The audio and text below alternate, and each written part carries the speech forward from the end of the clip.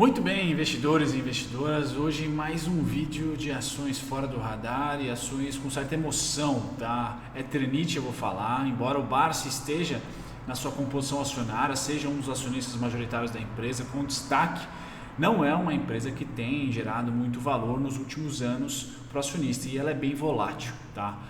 Não é uma das melhores ações para liquidez e a gente vai falar um pouquinho sobre liquidez, fluxo, índices fundamentalistas, os indicadores que vocês estão vendo, comparar com outras empresas que não tem nada a ver com a própria Eternit, mas estão mais ou menos no macro setor, tá? Mas é mais para a gente roubar os indicadores fundamentalistas e a gente termina com a análise técnica para esse ano aqui, julho, agosto de 2020. Se lhe interessa saber sobre a Ether 3, fica até o final. Muito bem, aqui eu trago para vocês uma notícia recente, né? Vamos lá de volta para o amianto. Então, créditos totais aqui para o pessoal da Money Times, especificamente para a Diana Cheng. Diana Cheng, créditos para você. Tá? A Eternit então vai processar minério disponível para extração em instalações da Sama, lá em Goiás, se eu não me engano.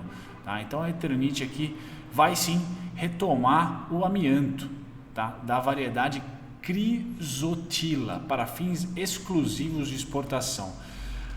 Em Goiás, exatamente. Galera, não sei, eu sei que o amianto é extremamente cancerígeno, já foi provado, né? Eu lembro lá nos Estados Unidos, o pessoal quando ia fazer algum tipo de manutenção em casa que tinha instalações com amianto, parecia que estavam indo para Marte, né? Aquela roupa de astronauta, mas enfim, tá aqui, foi liberado, não é uma extração total, para sempre, né? Perpétua. De acordo aqui com a companhia, a operação é temporária e não significa retomada plena das atividades. Tá? A extração do minério resultará em cerca de 100 mil toneladas de fibra de amianto.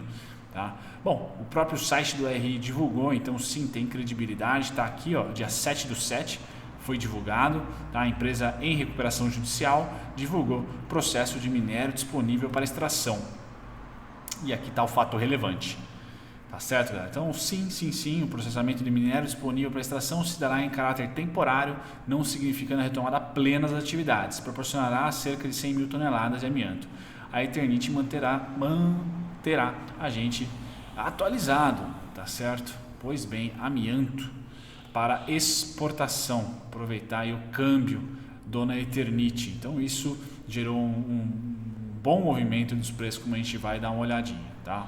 Bom, fora a parte polêmica ou não, amianto ou não, tá? A gente vem aqui para líder de mercado no segmento de coberturas, louças, metais sanitários e soluções construtivas. As telhas fotovoltaicas era a parte bacana, né? A parte green da empresa, que todo mundo comentava bastante ano passado. O Barsi, estando na composição acionária, já a gente vai dar uma olhadinha, também gera um movimento positivo para a empresa, né? Porém, o price action não ajudou. Pelo menos em 2019 teve ali um pequeno movimento de alta e uma retração tão forte quanto esse movimento. Segmento de listagem é o melhor dos mundos, tá? Em recuperação judicial, bem importante falar, mas novo mercado, 100% de tag-along e um free float de 81%. O Barsi está com 8 aqui, tá? E aí eu levo vocês, na verdade, aqui para a composição acionária. Foi atualizada recentemente, dia 30 de junho, então é ótimo, tá? A gente sabe ali, tende a acreditar que sim, o Barsi continua por lá, tá? Com 7,74%, tá? E depois, se der mais um, fundo de investimentos em ações, 11,02%. Tá? O resto aqui acaba sendo residentes no exterior, 8 acionistas com 2,3%, depois pessoas jurídicas com 2,2%. Tá? O resto é um free float que atualizado aqui daria cerca de 77% aproximadamente. Tá? Então Luiz Barsi Filho tá por lá, tá por lá, bacana. Agora vamos para fluxo, tá? No dia 22/6, vamos lá para o dia 22/6, tá? Foi o fluxo que chamou mais atenção, mais intenso do papel. Então, dentre a queda que começou um pouquinho antes até da crise atual, nós tivemos um movimento já bem forte de recuperação, quase 50%, ou melhor, 50% de toda a queda, tá? Até o nível aqui que eu utilizo para as retrações de Fibonacci ajuda, 50% da queda aqui em R$4, e foi justamente ali que parou, tá certo? No dia 22, com um alto volume de venda nesse caso, só que aí a análise técnica também nos surpreende. Notícia boa, relevante, volumão e rompimento para cima. Tá? Então, volumão aqui vocês podem perceber, notícia relevante que é interessante para os acionistas, rompimento, e aqui está lateralizando há 2 dias. Então, interessante que o dia 22 está exatamente neste candle aqui, tá? Que formou topo, topo, topo, topo de novo, e agora se vier de cima para baixo é suporte. Como a ação tem baixa liquidez, eu também coloco um ponto de suporte abaixo aqui, 3,24, não só no 3,76. Maravilha, voltando aqui a falar não só do fluxo, mas também dos dados financeiros. Vocês são chegados aí em dados financeiros, acho que todo mundo tem que ser, né?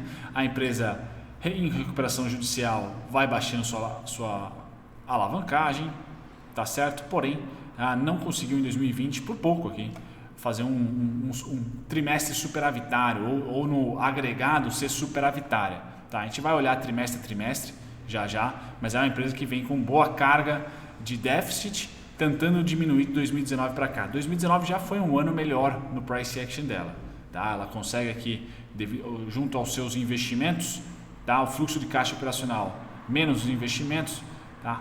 Começa a ser em 2020 positivo. Então ela consegue pagar as contas dos seus investimentos com o próprio fluxo operacional. Isso já é um sinal bacana. A alavancagem, recuperação judicial vai diminuindo, tá? A gente espera aqui que ela faça um turnaround. Só não gostaria, agora Bruno Mazzoni falando pessoalmente, né?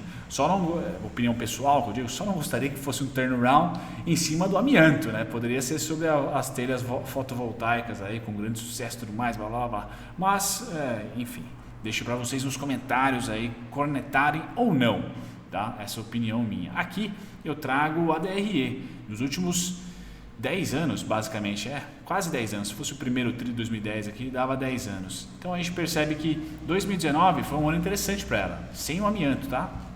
Ela conseguiu até, eu falei para vocês do trade do ano passado, quem me acompanha no ano passado pôde ter noção do price action que ela estava desenvolvendo aqui, e ela respirou ali por 2 trimestres, tá?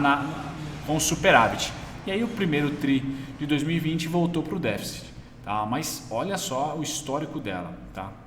Se nós pegarmos 2010 a 2014, ela teve ali, não teve crescimento no seu lucro, mas conseguiu se manter superavitária, tá? E até consistente, né? Sem crescimento, mas tendo ali um fluxo interessante e superavitária. E aí 2015 para cá, uma derrocada bem forte, tá? Então é uma ação não para iniciantes, tá? Não para iniciantes. Talvez com o Barsi ali você tenda a acreditar que no longo prazo, como ele não erra, o longo prazo vai ser interessante, porém no presente não é boa. Seu balanço patrimonial, vocês podem perceber que é apertado, então 2019, 2018 também, tá? Balanços apertados com as suas continhas no longo prazo, aí sufocando todo o seu lucro, toda a sua receita, tá? Então é complicado, não é uma empresa aí que tem a alavancagem mega baixa, está em recuperação judicial, tem que ficar ali de olho, tá? Para ver se ela consegue ter um trimestre que mostre uma tendência maior ou uma tendência de retomada, principalmente seu ativo circulante, tá? Que é a continha vital aí para a empresa, sem dúvida nenhuma, tá? Bom, agora comparativo entre Porto Belo AGA e ela, tá? É mais para a gente ter noção dos indicadores dela, tá? Porque nada tem a ver aqui. Eu gosto muito da Porto Belo, gosto muito da Unicasa, da Eternit nem tanto, mas tá ali empresas que participam indiretamente da construção civil, vamos dizer assim, tá? Vamos lá. PL negativo, deficitária, EV sobre EBITDA, esse dá pra gente ter uma noção, então 5,06 da Eternit, tá? Bacana, tá descontado nesse caso. Preço do valor patrimonial não dá para pegar. Margem bruta, esse sim dá para analisar, então ela tem uma margem bruta de 14,27, quem leva melhor aqui é a própria Porto Belo. Margem EBITDA também dá para analisar, 13%, a gente fica aqui no aguardo, de novo, de mais um campo, mais um trimestre superavitário para a gente ver quanto foi a margem líquida dela, tá? Então é importante numa empresa que pode vir a ser turnaround em 2020, acredite se quiser. Dívida líquida sobre EBITDA em recuperação judicial está controladinha, tá? E aqui a liquidez baixíssima, tá? Talvez uma nova capitalização venha por aí, não sabemos, tá? Tá na moda, Eternity é candidata sim. ROI já está no campo positivo devido ao terceiro e quarto tri de 2019, então o ROI de 2 dígitos aqui já é interessante e a gente espera que a empresa consiga crescer em um futuro próximo. Tá? De novo, opinião, seria bacana sem o amianto, mas se vier com o amianto o mercado vai precificar positivamente, você não tenha dúvida disso. Tá? Pois bem, rentabilidade, dinheiro no bolso agora, em 2 anos para cá, contando dividendos, se bem que ninguém, só a Porto Belo um pouquinho de dividend yield ela tem. Vamos lá, de 2 anos para cá eu comparei também com o Small 11, embora a Eternity não componha o índice de small caps, eu acho que a Porto Belo talvez componha, não sei, ou micro caps que seja. Bom, vamos lá, rentabilidade, 2 anos para cá, quem leva melhor é o Small 11, com 52, segundo colocado fica com a H4, 30%, terceiro colocado PTBL com 22, quarto Eternity com 18. 5 anos para cá é o máximo que eu vou, tá? A gente vê a Eternity, recuperação judicial terrível aqui, tá? O grande destaque seria o ETF. Então, dentre essas micro caps e small caps aqui, o ETF se destaca. Agora, comparando com o benchmark, né, que não tem muito a ver, de 1 ano para cá, nós temos julho a julho, 2019 e 2020, a Eternity dá um banho, tanto no S&P quanto no Ibov. Então, se você perguntar para mim, pô, foi uma boa escolha em janeiro de 2020, ou em fevereiro de 2020, ou em março de 2020? Foi. Foi, porque ela ficou até junho sem andar, mas mesmo sem andar ela conseguiu ter uma rentabilidade melhor nessa época vamos colocar aqui de março a junho. A Eternity, acredite ou não, foi melhor do que, por exemplo, um BOVA 11, tá? Do que o Ibov, do que o S&P. Então é interessante esse tipo de movimento para uma small cap. Tá? E hoje ela tem uma rentabilidade de 88% de 1 ano para cá, contra mais 6% do S&P e menos 3,5% do Ibov. Tá? Análise técnica, aqui está o gráfico diário, mas primeiro vamos lá para o gráfico semanal. Tá? Para você que é longo prazo, tá? É super simples porque a empresa tem baixíssima liquidez. O que eu tenho aqui é os pontos de suporte bem definidos, 3,24, 2,48, 2,5, basicamente isso, tá? Então se voltar um pullback para cá será suporte para mim em 3,24, depois em 2,48, 2,5, perdão com o barulho ao fundo, tá? Em cima aqui 4,98 é a primeira parada, porém se ela conseguir fechar acima, usará como suporte, 6,87 é uma resistência, tá? E a última barreira para tendência. Porque eu não tenho resistência em 7, nem em 8, nem em 9, nem em 10, nem em 11, só em 16, cara. Então, do 6 ao 16 é o melhor impulso da empresa, tá? Na minha opinião. Seria ali o melhor, e se a gente tirar o zoom, vocês podem perceber que é a região mais complicada do price action da empresa. Aqui em 2008, na crise, foi onde segurou, teve problemas, conseguiu romper e aí voltou de baixo para cima. Tomara que vocês do celular consigam ver, foi resistência, tá? Foi pseudo resistência aqui também, rompemos em falso pré-crise, né? Porque teve a crise forte em 2020, então o meu objetivo, o que eu quero ver de comportamento de preço, amianto ou sem amianto, é ela vir para cá, pode até lateralizar, como lateralizou aqui, tá? E aí o rompimento dessa região, que é caracterizado para mim em 6,87, rompimento do 6,87 e o fechamento acima e o toque de cima para baixo, opa, libera para mim de novo esse patamar aqui de máxima histórica, lá nos 16. Então dos 6,87 aos 16 eu não tenho nada que possa impedir ela, tá certo? Por enquanto é treta, e principalmente essa região dos R$ 5,00, 4,98 aos 6,87 promete ali bastante volatilidade, bastante equilíbrio, certo, galera? Então basicamente é isso. Para quem curte curto prazo e Fibonacci, né, eu tenho aqui os pontinhos para vocês. Então basicamente do topo pré-crise até a mínima fez XA, B em 25, C em 6,3 que eu esqueci de colocar.